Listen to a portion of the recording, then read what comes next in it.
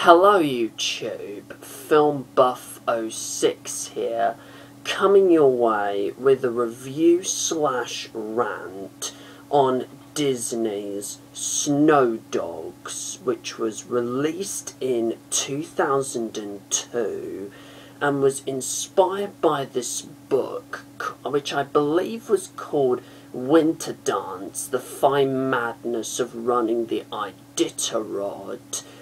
Now, the plot to this movie is just personally too stupid for me to describe in words.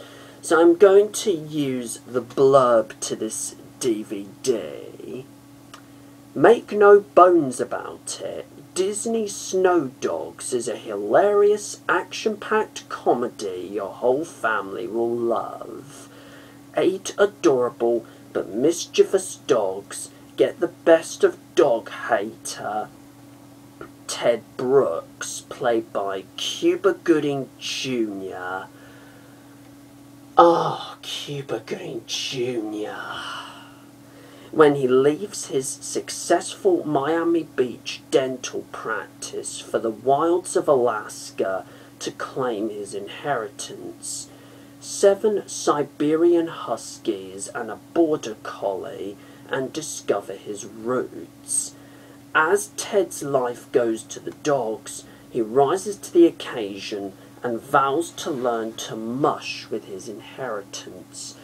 Totally out of his element, he faces challenges he's never dreamed of.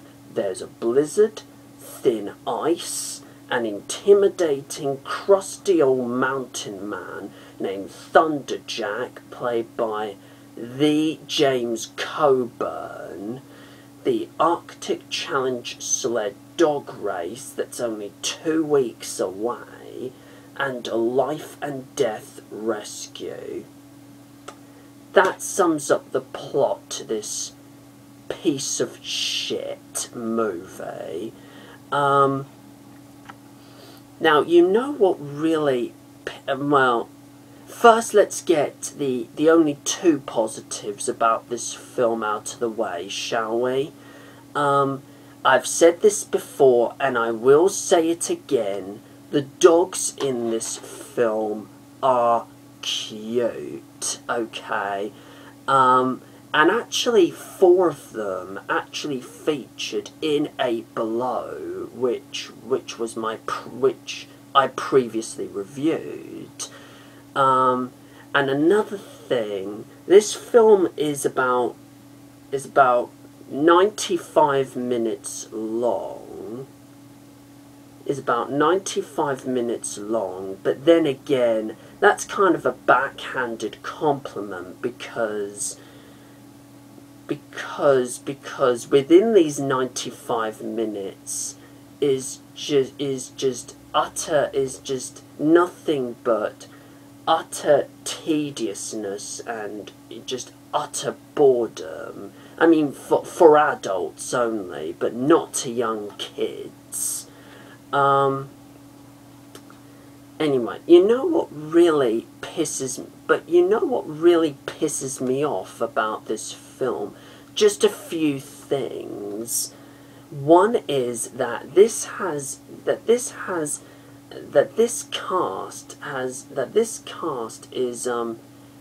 some of this cast is hugely talented. I mean, in the lead you've got Cuba Gooding Jr. himself, who of course gave us the iconic quote, "Show me the money," you know, in Jerry Maguire. But this is not the only bad film that he's been in. I mean, he was in Boat Trip, he was in fucking Norbit, he was alongside Eddie Murphy, he was actually in Daddy Day Camp, replacing Eddie Murphy as the lead. He was in Red Tails, which George Lucas produced most recently. He provided one of the dinosaur voices for Land Before Time 13. And heck, he was even in in fucking Pearl Harbor. In fucking Pearl Harbor. And in this, he is made to act like an absolute idiot in this thing.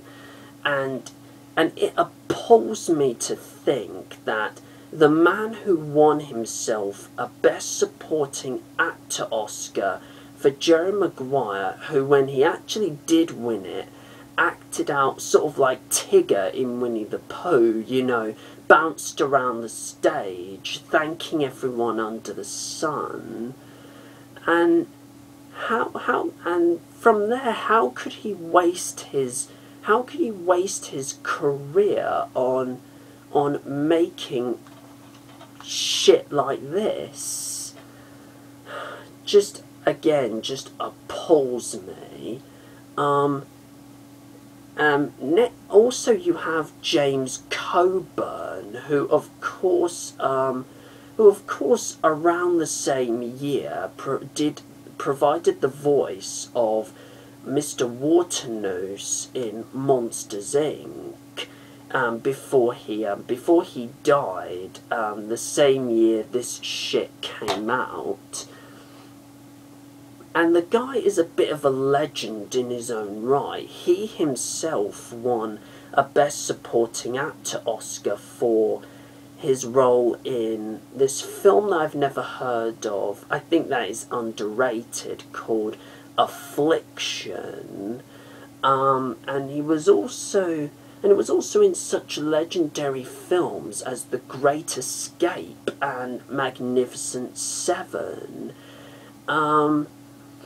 But at least he's trying his best in this. But then again, even he cannot save this.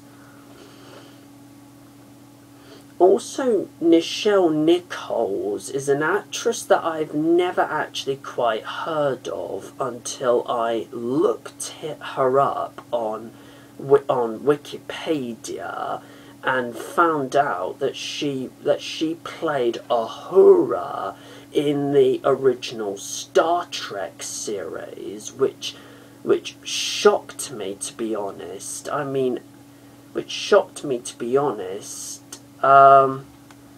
And just kept me thinking, how could the most attractive member of the Starship Enterprise, the actress who played the most attractive member of the Enterprise crew, waste her talent in this?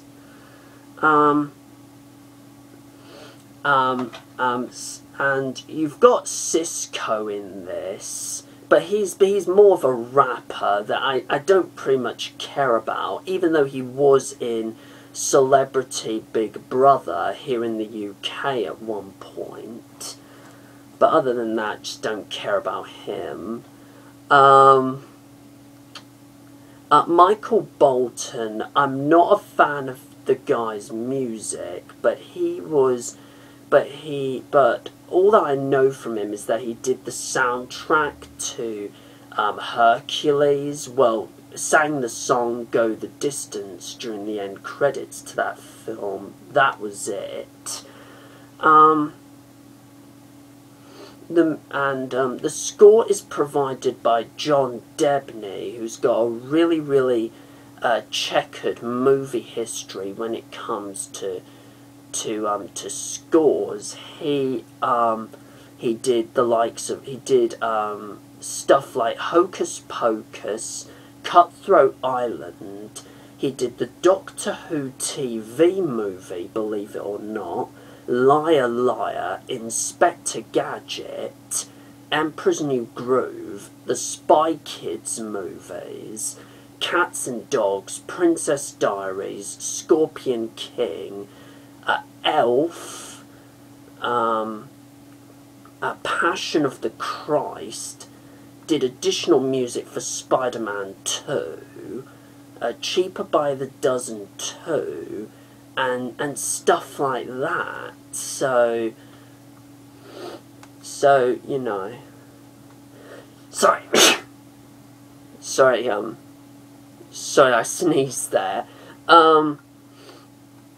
Anyway, another thing, one of the writers on this is this guy called Jim Coburn, who's directed nothing but, not directed, helped write nothing but, you know, shitty movies like the Stakeout movies, Another Stakeout, and Stakeout, which I'm not sure if they are bad or not, but anyway, you've got, he did Operation Dumbo Drop for Disney, as well as Rush Hour, and also Taxi, and also wrote for TV movies such as Grimm, Ghost Whisperer, and Angel. And another thing which I'm not very, very surprised about is that this film is directed by Brian Levant. Now this guy has been listed among critics among some of the worst directors to ever come out of Hollywood. I mean, if you don't believe me, the guy has directed nothing but childish crap like Problem Child 2, Beethoven, the live-action Flintstones movies, Are We There Yet with Ice Cube, which was a sequel to a rubbish film in the first place, the director-DVD sequel to A Christmas Story. He did 2 live-action Scooby-Doo movies, The Mystery Begins and Curse of the Lake Monster. Also Jingle All the Way with Arnold Schwarzenegger, and also the Jackie Chan family comedy, The Spy Next Door. So this guy through and through is a crap director. So what you have here is that you've got a hugely talented is that you have horrible acting from an otherwise hugely talented cast, with characters you don't give 2 shits about, comedic jokes and set pieces that don't fucking work. Brian Levant's direction being as lazy as usual. You have in total 5 people writing the screenplay, and they all do such a lazy and piss poor job of writing it, and also the score is not that memorable in any way, shape or form. So if you are serious about showing this film to kids, just go ahead, be my guest.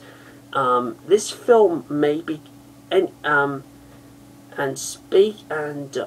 that note, this film might prove to be entertaining for young kids, but adults, well, they're just gonna be bored and just rolling their eyes in bewilderment and in bewilderment at the shit that they will be seeing in the cinema. Just in conclusion, I'm gonna give Snow Dogs just a rating of 1 out of 10, and all that's left to say about this film is fuck the Disney Studios for releasing this movie. Fuck Cuba Gooding Jr. for wasting his talent on another turkey. I mean, I mean, fuck you, James Coburn, for letting this be one of your last feature film acting credits before your death, and may you rest in peace. Fuck you, Brian Levant, for being such a horrible fucking director as usual. And fuck all the 5 people who wrote this piss poor screenplay, and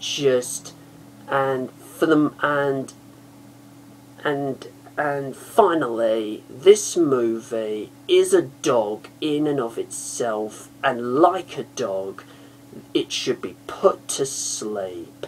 Fuck this movie.